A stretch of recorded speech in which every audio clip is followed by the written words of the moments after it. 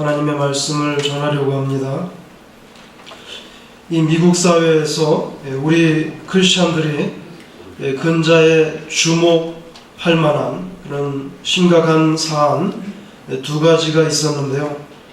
여러분에게 잠시 소개해드리려고 합니다. 그 첫째는 이 미국 땅에 동성애 치료, 그것을 금지하는, 동성애 치료를 할 수 없도록 만드는 그런 법안이 발의됐습니다. 두 번째는 이 미국에 군대가 있는데요. 군대 안에서 전도를 하면 처벌을 받을 수 있는 그런 이야기가 나왔습니다. 펜타곤에서 성명을 발표했습니다. 일반인들이 잘 알지도 못하는 사이에 이렇게 중요한 일들이 수면 아래에서 계속적으로 진행되고 있는 거지요. 캘리포니아주에 이어서 지난 4월 26일 날에 뉴욕에서도 동성애 치료 금지 법안이 발의됐는데요. 아직 통과는 안 됐지만은, 그래서 정신건강에 관여하는 의료 종사자들이 18세 이하의 청소년들에 대해서 성적인 기호를 바꾸는 노력을 못하게 하는 법안입니다. 다시 말하면 치료를 못하게 하는 것인데, 이것을 주장하는 사람들은 이게 치료받아야 될 대상이냐 하는 거예요. 거기에 질문을 던지는 것입니다. 그걸 어떻게 병이라고 간주하느냐는 거죠. 그래서 이 법이 통과되면 성적인 기호를 바꾸려고 시도한 치료 관계자는 면허 정지 처분도 받게 됩니다. 역시 동성애를 인권과 결부시켜서 말하고 있는 거죠. 그러나 성경에서는 정반대의 가르침을 주고 있다는 것을 우리가 명백히 알고 있습니다. 또 최근에 펜타곤이 성명을 발표했는데, 그대로 옮기면 종교적인 전도는 국방부 내에서 허용되지 않는다. 경우에 따라 군사재판과 비사법적인 처벌이 적용된다고 발표했습니다. 이것은 극단적인 무신론자 단체들이 펜타곤에게 압력을 집어넣어서 이루어진 결과인데, 기독교인들이 군대 내에서 전도하는 것은 헌법에 위배되는 행위라고 주장하는 거예요. 그럼 이게 확실하게 되면 군대 내에서는 전도를 못하게 됩니다. 여러분, 중국은 아직도 공개적으로 전도할 수 없어요. 불법이에요. 다시 말하면 중국에서 길거리에 나가서 예수 그리스도를 전도하면 불법입니다. 중국에서는 예배당 건물 안에 들어와서 전도하는 건 괜찮습니다. 어떤 예수 안 믿는 사람이 예배당 안에 들어와 있어요. 그러면 전도할 수 있습니다. 그러나 예수 교인들이 길거리에 나가서 전도하는 것은 제가 알기로는 불법으로 알고 있습니다. 중국에서. 그런데 미국에서 군대 내의 전도를 위법으로 간주한다면, 군대 내에서 전도하면은 군사재판 받게 된다면, 군법에 의해 대상이 된다면 어떻게 되겠습니까? 그렇다면 미국의 형편이 중국보다도 뭐 그렇게 달라 보이지 않는 쪽으로 가는 거죠. 이런 일들이 겉으로는 인권 옹호와 공평과 평등의 차원으로 포장되어 있습니다. 세상 사람들은 인권 확보를 얼마나 중요하게 생각합니까? 휴머니즘입니다. 대단히 귀중한 가치로 끌어안고 있지만, 성경은 분명히 그 인본주의가, 인권의 문제도 신본주의 안에서 허용되는 범위까지만, 거기까지만 허용합니다. 인권과 공평, 자유와 평화, 이런 개념들이 우리에게 너무 소중한 개념이죠. 우리 자유를 지키려고 6.25 전쟁 때 피를 많이 흘렸잖아요. 그 자유를 하나 확보하려고. 얼마나 중요한 개념입니까? 너무나 소중한 개념이지만, 그런 가치들도 성경에서는 다 하나님의 뜻과 가르침의 범주 안에서만 허용되는 거죠. 그런 것들이 하나님의 뜻과 교훈 밖으로 넘어가면, 수준이 넘어가면 그런 잘못된 경향과 태도와 현상과 행위를 바로잡기 위해서, 수정하기 위해서 성경에 보면 전쟁이 일어납니다.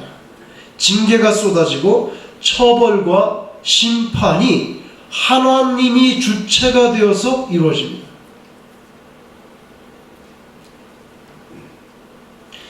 바벨론 탑을 쌓았는데요, 하나님께서 가만히 보니까 성격이 불순해요.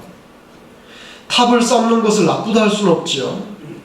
문명을 이루어가는 것, 과학과 기술의 발달을 나쁘다 할 수는 없어요. 기술은 그게 가치 중립적이잖아요. 기술이 있는데 그걸 나쁘다 좋다 할 수는 없는 거예요. value free예요. 그러나 그 성격이 하나님을 대항하는 쪽으로 가면 하나님께서 그것을 버리는 거죠. 바벨론 탑을 쌓는 것을 나쁘다 할 수는 없지만 탑을 쌓아서 하늘의 꼭대기까지 도달하고 우리의 이름을 내자, 이거는 하나님께서 별로 기뻐하시는 게 아니죠. 하나님의 이름을 내는 건 괜찮지만 목적이 우리의 이름을 내는 것, 그래서 하나님께서 스탑시켰습니다. 홍해가 열리기도 하지만 이집트 사람들이 들어왔던 홍해가 닫히지 않아요. 그렇죠? 닫히죠. 하늘에서 만나도 내려오지만 어떨 때는 전염병으로 수만 명이 죽어나가는 역사가 구약시대에 그대로 기록이 되어 있어요. 이런 기준은요, 다 인권이 아닙니다. 분명히 하나님의 뜻이 기준이었다는 것을 부인할 수 없어요. 우리가 크리스천이고 그래서 성경을 가치 판단의 최고 권위로 인정한다면 우리는 세상의 휴머니즘이라고 하는 가치로 나의 기호, 나의 자유를 확보하는 것, 나의 인권을 내가 보장받는 것, 이런 가치의 잣대를 가지고 우리가 세상을 해석하고 판단할 수는 없다는 거예요. 그럴 수 있지만 그러면 그건 그리스도인이 아니라는 거죠. 진정한 크리스천이라면 오직 기록된 하나님의 말씀, 이 성경이 우리의 삶을 규정해야 된다는 거예요. 우리가 여기로 나아가야 됩니다. 우리는 지금 로마 시대의 어떤 그런 조직적인 핍박을 받지 않아요. 공산주의에 노출되어 있지도 않습니다. 그러나 그것보다 조금 더 약해 보이지 않는 더 모질고 교묘한 사탄의 술수가 팽배한 시대에서 우리의 신앙을 반드시 지켜내야만 되는 그런 극단적인 위기 속에 노출되어 있다는 것, 우리가 부인할 수 없다는 거죠. 미국 의사당에 가면 상하원 의원이 기도할 수 있는 기도 초소가 있는데 그 채플에는 워싱턴의 겟세마네라고 하는 이런 커다란 스테인 글라스가 있습니다. 이 창문에 아름답게 이렇게 해놓은 스테인 글라스가 있는데 거기에 보면 조지 워싱턴 장군이 왼쪽 무릎을 꿇고 손을 모아서 가슴에 대고 눈을 감고 기도하는 모습이 거기에 그 기도 처소에 스테인 글라스로 이렇게 아름답게 되어 있어요. 그건 왜 그러냐면 조지 워싱턴 장군이 기도를 많이 한 사람이기 때문에 그걸 거기다가 스테인 글라스에 아름답게 해놓은 거죠. 펜실베니아에 가면 밸리 포즈라고 하는 계곡이 있는데요. 그 밸리 포즈에 조지 워싱턴 장군과 미군의 그 독립군이죠. 영국으로부터 독립할 때 그 독립군이 거기에 진을 쳤던 장소들이 있어요. 그때 독립군이 영국군에 계속 패해서 쫓기면서 남쪽으로 내려오면서 펜실베니아의 밸리 포즈에 가서 머물렀는데 한 7개월 동안 거기서 진을 쳤던 데가 있습니다. 1777년 12월부터 1778년 6월까지 수경했던 장소인데요. 지금도 그 들판이 그대로 보존이 되어 있고 그들이 지냈던 오두막이 몇 채 그대로 잘 남아있어요. 이곳에서 당시의 총사령관이었던 조지 워싱턴 장군이 숲속에 들어가서 기도를 하는데 큰 소리로 하나님께 부르짖으면서 기도를 했습니다. 그건 병사들이 다 볼 수 있고 들을 수 있었어요. 그냥 조용하게 숲속에 혼자 산 게 아니라 숲속에 가서 얼마나 자기가 남쪽으로 쫓기면서 간절했겠어요, 마음이. 그래서 하나님 앞에 간절히 큰 소리로 소리 질러서 기도했는데 바로 그곳에 워싱턴 메모리얼 채플이 세워져 있습니다. 성공의 교회인데 아주 멋있게 거대하게 돌로 세워져 있어요. 전에 밸리 포즈를 통과해야만 하는 어떤 교회의 집이 거기 있어서 그곳에 신방 갈 때는 항상 그 들판을 지나가야 돼요. 항상 그 교회를 옆으로 끼고 그렇게 지나가야만 합니다. 지금은 공원처럼 아주 아름답게 단장되어 있지만 조지 워싱턴 장군 당시에는 부상당한 병사들의 신음과 추위와 헐벗음과 고독과 굶주림과 무엇보다 힘든 건 불확실한 미래, 이 전쟁에서 우리가 살아남을 수 있을지, 그것들이 가득 채워진 어둠과 고통의 장소였죠. 조지 워싱턴 그가 사령관으로 처음에 취임했을 때 제일 처음 내린 명령서가 남아있는데 그 명령서의 한 부분이 이렇게 되어 있습니다. 1775년 7월 4일 조지 워싱턴의 명령서에 이렇게 써 있습니다. 사령관으로서 나는 모든 군인들이 불경건한 저주, 욕설, 만취를 금지한 군대의 전쟁 법령을 존중하고 준수할 것을 진심으로 당부하는 바이다.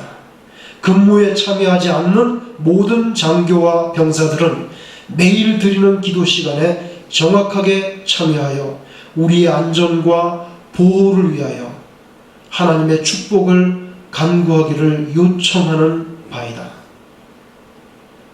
이게 조지 워싱턴이 사령관이 되고 최초로 이슈한 명령서의 한 부분입니다. 조지 워싱턴 장군이 이 명령서를 내린 지 238년이 지나서 오늘 우리가 2013년에 이 미국 땅에서 살고 있습니다. 땅은 같은 땅인데 그 신앙의 방향이라고 하는 것은 완전히 거꾸로 흘러가고 있어요. 군대 내에서 전도하는 것이 처벌받을 만한 내용이라고 하는 펜타곤의 이 성명서를 보면서 238년의 세월이 지난 다음에 이 땅의 신앙 수준이 180도로 완전히 변절됐다는 것을 인정하지 않을 수 없습니다.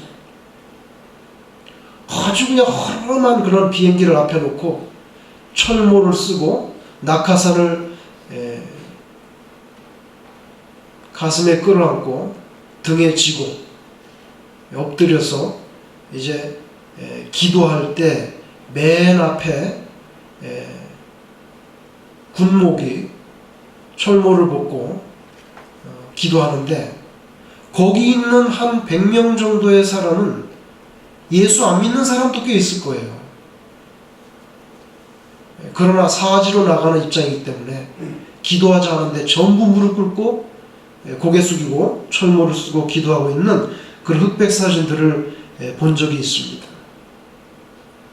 이제 그런 거 하기가 힘든 거죠. 우리가 나의 건강, 나의 가족, 나의 교회, 나의 자녀, 나의 직장, 일터를 위해서도 기도해야 되지만 우리가 살고 있는 미국 사회를 위해서, 미국이라고 하는 나라를 위해서도 정말 심각한 심정으로 기도를 드려야 될 줄로 믿습니다. 우리가 멀리 나가서 선교해야 되지만 사실은 미국도 어떻게 보면 가장 시급한 선교의 대상이 되어버렸어요. 여러분 오늘날 선교를 영국으로 나갑니다. 영국이 무슨 선교 대상입니까? 선교 대상이에요. 이슬람을 믿는 사람이 기독교를 능가했어요, 숫자로. 그러니까 선교 대상이 된 거예요, 이제는. 우리 집 아이들은요, 지금 자기 할아버지 이름을 뭐라고 물어보면 간신히 기억하고 있는데요. 그 할아버지의 아버지, 증조 할아버지죠. 증조 할아버지 이름을 아냐? 그러면 모릅니다. 제 생각에는 아마 얼굴도 간신히 어렴풋하게 기억을 할지 안 할지 잘 모르겠어요. 뭘 말씀하냐면 사람의 기억이라는 것은 그렇게 길지 못하다는 거예요. 불과 238년 전에는 너무나 당연했던 일들이 지금은 아주 부당한 일이 됐어요. 법원에서 10계명 동판들이 철거되고 공립학교에서 기도 모임 자체가 부당하게 여겨지고 과거에는 너무나 당연했던 신앙의 모습들에 대해서 이제는 don't talk, don't ask, and don't tell. 묻지도 말고 말하지도 않아요. 신앙의 문제들이 묻지도 못하고 말도 못하는, 말할 필요도 없는 그런 불문율 속에 묻혀져야만 하고 드러내서는 안 되는 일들이 돼버린 거예요. 여러분, 우리 자녀들이 앞으로 이런 세상에서 어떻게 신앙을 지킬 수 있을지, 앞으로 3, 4대를 더 지나면 우리 후손들은 과연 예수님이라는 이름을 알까? 이런 막연한 생각을 해봤어요. 90년대 초에 학교를 다니면서 신학교에서 교수가 독일 교수인데, 닥터 마우저라는 사람이 여름방학 때 독일에 갔어요. 독일에 갔다 와서 그 다음 학기에 복귀해서 수업을 하는데 우리들에게 뭐라고 말했냐면, 길거리 지나가는 청년들에게 예수에 대해서 들어본 적 있냐는데 못 들어봤다는 거예요. 믿어지지가 않는 말이었어요. 자기가 공원에 가서 예수에 대해서, 지저스 크라이스트에 대해서 들어본 적 있냐니까 못 들어봤대요. 저는 교수의 그 말이 잘 믿어지지가 않았는데요. 우리 미국도 앞으로 세월이 지나면 그럴 수도 있겠다. 오늘날 이런 형편이 된 데에는 사실 누구의 책임이겠어요? 우리 크리스찬의 책임이 크다는 것을 우리가 고백할 수밖에 없어요. 오늘 이 사회 속에서 기독교인들이 세상 사람들이 보기에 높이 살만한 어떤 영적인 지도력과 신뢰를 잃어버리고 있다는 것, 안타까운 사실이라는 것을 우리가 인정할 수밖에 없어요. 이런 예를 한번 들어볼게요. 제가 어릴 때 우리 아버지 책장에 책들이 있는데 거기 라버트 슐러의 목사님이 쓴 긍정적인 사고에 관한 책들이 두세 권 있었어요. 제가 어릴 때 그걸 꺼내가지고 뒷장을 맨 뒤에 보니까 뭐 미국의 수종교회 목사님인데 뭐 그런 프로필과 소개하는 글들이 있었어요.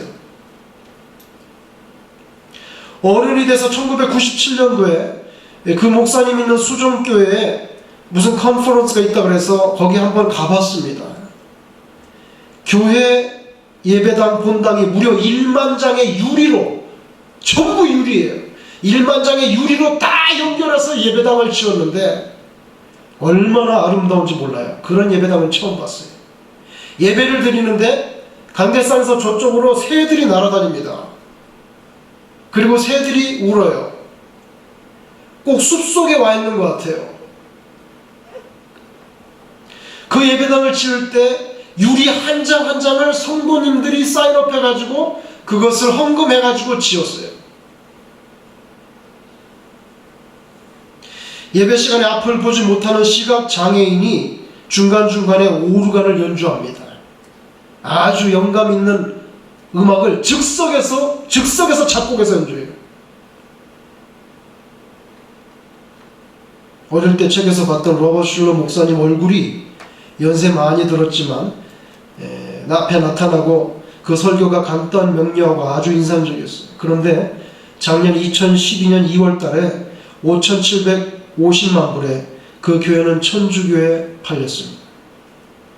교인이 감소하고 재정이 악화되었기 때문에 복음 안에서 긍정적인 사고로 못할 것이 없어 보였던 교회, 제가 국민학교 다닐 때 책장에서 봤던 그 교회 예배당은 작년에 없어졌어요. 1955년에 자동차를 타고 차 몰고 들어와서 그냥 예배드리는 자동차 극장에서 시작해서 1980년도에 1만 장의 유리로 뒤덮인 자체 예배당을 마련하고 정확히 32년 만에 천주교에 팔렸습니다. 이런 사실들을 어떻게 이해해야 될지 저도 좀 혼돈스럽습니다. 이 세대가 예수 그리스도께만 초점을 맞추지 않고 다른 부차적인 가치들을 중요한 프로젝트와 목표로 정립하는 것은 결국 성경에서 말하는 그런 신앙 밖으로 튀어나가는 시작이 될 수 있다. 세월이 지나면 결론이 나온다는 거죠. 1만 장의 유리로 이루어진 아름다운 예배당이 32년 만에 천주교에 팔렸습니다. 기독교는 기독교만이 가지고 있는 자체 색깔이 있잖아요. 기독교 신앙만이 가지고 있는 신용이 있잖아요. 그 색깔과 신용이 바로 세워질 때에 그것이 순수한 복음에서 벗어나지 않는 그런 방법입니다. 오늘날 너무 많은 기독교적이 아닌 것들이 들어와서 혼합이 되고, 그래서 성경에서 말하는 원래 가치들을 잃어버렸어요. 그러다 보니까 역으로 세상 사람들이 우리를 비난해요. 그리고 예수 믿는 사람도 못 믿겠네. 이게 가장 무서운 거죠. 중국 상하이에서 사는 사람이 가족 전체가 한국에 왔어요. 지난 5월 1일 날 노동절 연휴를 한국에서 보내려고 한국에 왔어요. 한국에서 쇼핑을 하는데 그 집 가장이 백화점에 가서 시계를 3개를 샀어요. 하나에 800만 원짜리 시계예요. 800만 원짜리 시계 3개를 사고, 부인도 백화점을 오르락내리락하면서 여러 가지 물품을 사고, 마지막에 지하의 식품 코너에 들어가서 음식을 사서 먹었습니다. 온 가족이. 옆에서 도와주던 사람이 시계는 뭐 중국에도 많지 않나요? 질문했어요. 그런데 이제 뭐라 말하냐면, 물론 중국에도 시계가 많지요. 그렇지만 믿을 수가 없다는 거예요. 한국에서는 800만 원 불러도 내가 믿고 살 수 있다는 거예요. 한국에서는 아무리 비싸도 옷이든 뭐든 우리는 다 믿고 삽니다. 그리고 더 중요한 건, 한국에는요, 이 먹는 걸 안심해서 먹을 수가 있어요. 중국에서는 불안해서 먹을 수가 없다는 거예요, 이 부자. 그래서 백화점 지하 코너에 가가지고, 야, 먹을 것도 참 많네. 얼마 전에 중국에서 쥐를 잡아서 쥐고기를 가지고 양고기로 팔았던 일당들이 잡혔어요. 이제까지 일어난 일들을 보면 무게를 들기 위해서 꽃게 등에다가 손톱만한 납덩어리를 집어, 여러분 납은 중금속이잖아요. 근데 그 꽃게를 무게 단위로 파니까 전부 다 거기다가 납을 넣었어요. 냉면을 만드는데 숟가루를 섞고, 골판지로 만두에다가 섞고, 가짜로 만드는 인조 달걀이까지 못 만드는 게 없어요. 그러니까 상하이에 사는 이 부자가 한국에 와서 아무리 비싸도 시계 800만 원짜리 3개 산다 이거예요. 옷을 사고 음식을 마음껏 사 먹는다는 거예요. 믿을 수 있기 때문에. 여러분, 이 사람이 시계를 산 것입니까? 신뢰라고 하는 비싼 상품을 산 거죠. 말하자면 우리 예수 믿는 사람이 예수 안 믿는 사람들이 볼 때 그만한 신뢰가 있어야 되는데, 우리가 그런 것을 너무 많이 잃어버렸어요. 오늘날 이 시대가 신앙적으로 이렇게 원시적인 수준으로 되돌아가고 있는 것은 우리 예수 믿는 사람들이 이 세상에 대해서 참 신뢰를 잃어버려서 영향력이 너무 약화됐기 때문이죠.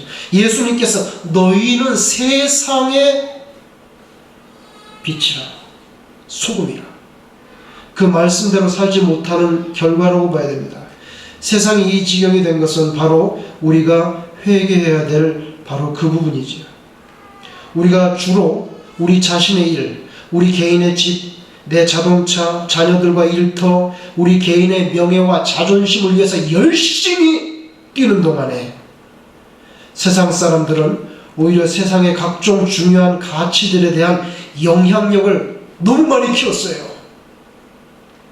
그래서 우리 믿는 사람들이 세상에 대해서 빛과 소금이 되지 못하고, 도리어 세상 사람들이 세상에 대해서 도리어 그 사람들이 큰 소리치고 그 사람들이 입김이 너무 커졌어요.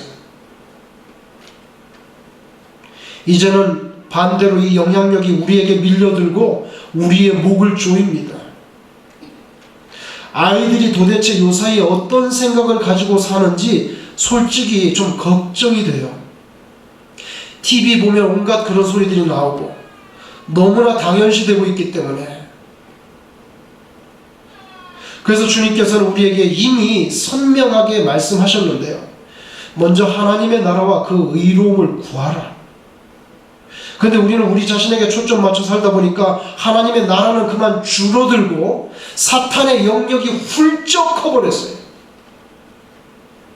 오늘날 세상의 가치는 역시 힘을 추구하는 데 집중되어 있는데요. 세상의 힘을 상징하는 가장 구체적인 것이 제가 볼 때는 두 가지인데, 첫째 돈, 둘째는 군대입니다. 그래서 대부분의 사람들은 경제적인 가치를 차지하고 많이 가지려고 안간힘을 씁니다. 솔직히 주님은 네 이웃을 내 몸같이 사랑하라고 말씀하셨지만 우리는 그렇게 살지 못해요. 그렇게 살기 어렵고 현실이 너무 각박해요. 여러분, 미국에서 어떤 노숙자가 굶어 죽었어요. 그게 신문에 크게 나겠어요? 얼마 전에 아이 학교에 갈 일이 있어가지고 학교에 오라는 거예요. 전철을 타고 학교를 갔어요.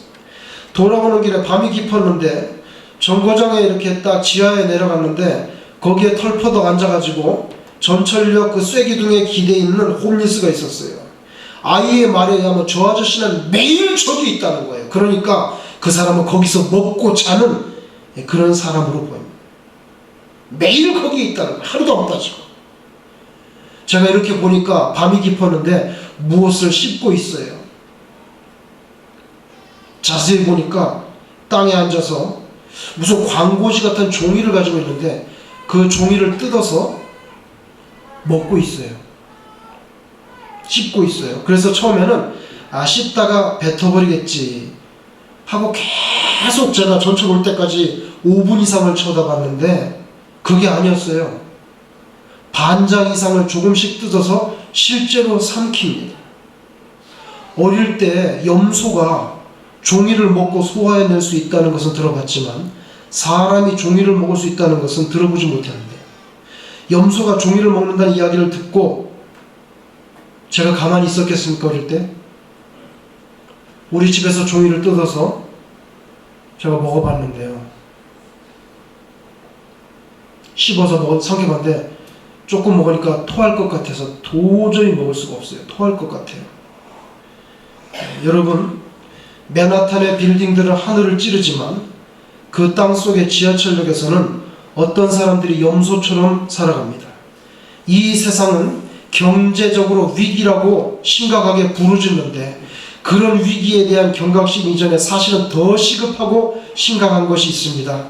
바로 우리가 사는 이 시대가 가치의 위기를 겪고 있는 거죠.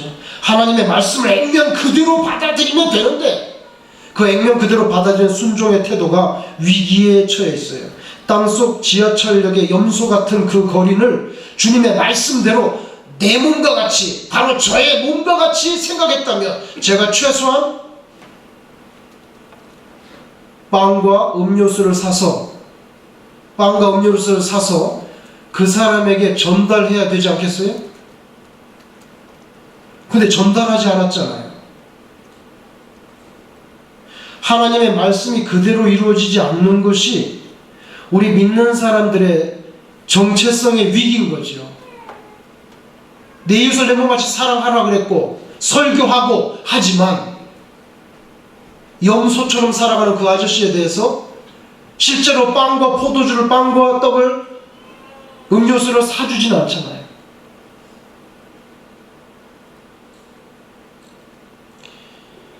갤럽의 조사에 의하면 1996년도에 동성결혼 지지 27%, 미국에 2011년 53%.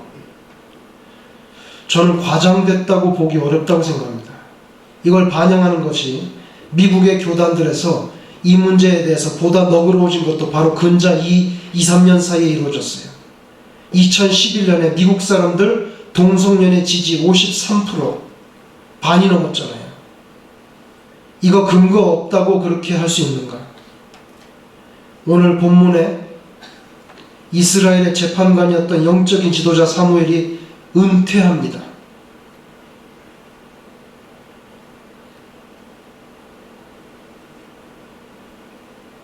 마지막 고별연설이지요.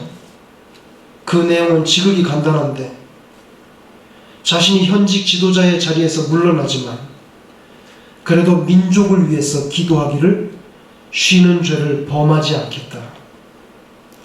그는 기도하지 않는 것 자체를 죄로 여깁니다. 이제까지는 이스라엘의 왕이 없고 재판관 역할을 한 그런 소위 사사들이 있었는데 이제 왕이 세워졌으니까 사무엘은 은퇴한다는 거예요. 겉으로 보면 그런데 속 내용은 좀 더 복잡해요. 이스라엘 민족은 이제까지 하나님이 왕이 되신다는 것, 그것으로 살았는데 하나님이 왕이시라는 것 더 이상 받아들이지 않겠다는 거예요. 그리고 인간적인 왕을 세워달라. 정확히 말하면 군사적인 지도자로서의 세속적인 왕을 갈망합니다. 그래서 세워진 게 사울왕이에요. 사무엘은 하나님을 이스라엘 백성들의 왕으로, 하나님을 왕으로 섬기는 일에 헌신했던 영적인 지도자인데, 그러나 백성들은 더 이상 눈에 보이지 않는 그런 왕 말고 눈에 보이는 왕, 그걸 달라는 거예요. 그래서 하나님을 거부했고 그 일에 일념했던 사무엘, 그 영적인 지도자를 거부했어요. 이스라엘 백성들에게 물론 그 당시에 현실적인 문제가 있었어요. 그게 뭐냐면 블레셋 족속의 위협이에요. 현실적인 군사, 정치, 경제적인 위기감이 이스라엘로 하여금 인내의 한계에 도달하게 했어요. 그러니까 왕을 달라는 거예요. 농사를 지어서 추수해서 이렇게 쌓아놓으면 블레셋이 들어와서 다 가져가 버려요. 내 땀방울의 결론인 이 곡식을 보장해 줄 수 있는 군대가 있어야 되겠다는 거예요. 그러니까 왕을 달라는 거예요. 그래서 정식 군대가 있어야 된다는 거예요. 얼마나 현실적이고 합리적이고 지혜로운 판단입니까? 그러나 그렇게 현장 감각이 있는 합리적인 통찰력의 결론에 대해서 문제는 하나님께서 별로 기뻐하지 않는다는 거예요. 우리는 너무 합리적이고 똑똑한 판단이라고 생각하는데 하나님이 기뻐하지 않는다는 거예요. 하나님은 이스라엘을 이집트의 말발굽 앞에서 해방시켜줬고 이집트에서 10가지 재앙 내렸고 그들이 보는 앞에서 홍해 바다를 갈라서 좌우에 벽처럼 세웠고 만나를 줬고 메추라기를 줬고 사막에서 물을 줬고 그리고 가나안 땅을 줬어요. 근데 이제 와서는 하나님을 거부합니다. 여러분을 미국으로 보내주시고 최소한 비행기나 배를 타고 오셨겠죠. 수영해서 오신 분은 없을 거예요.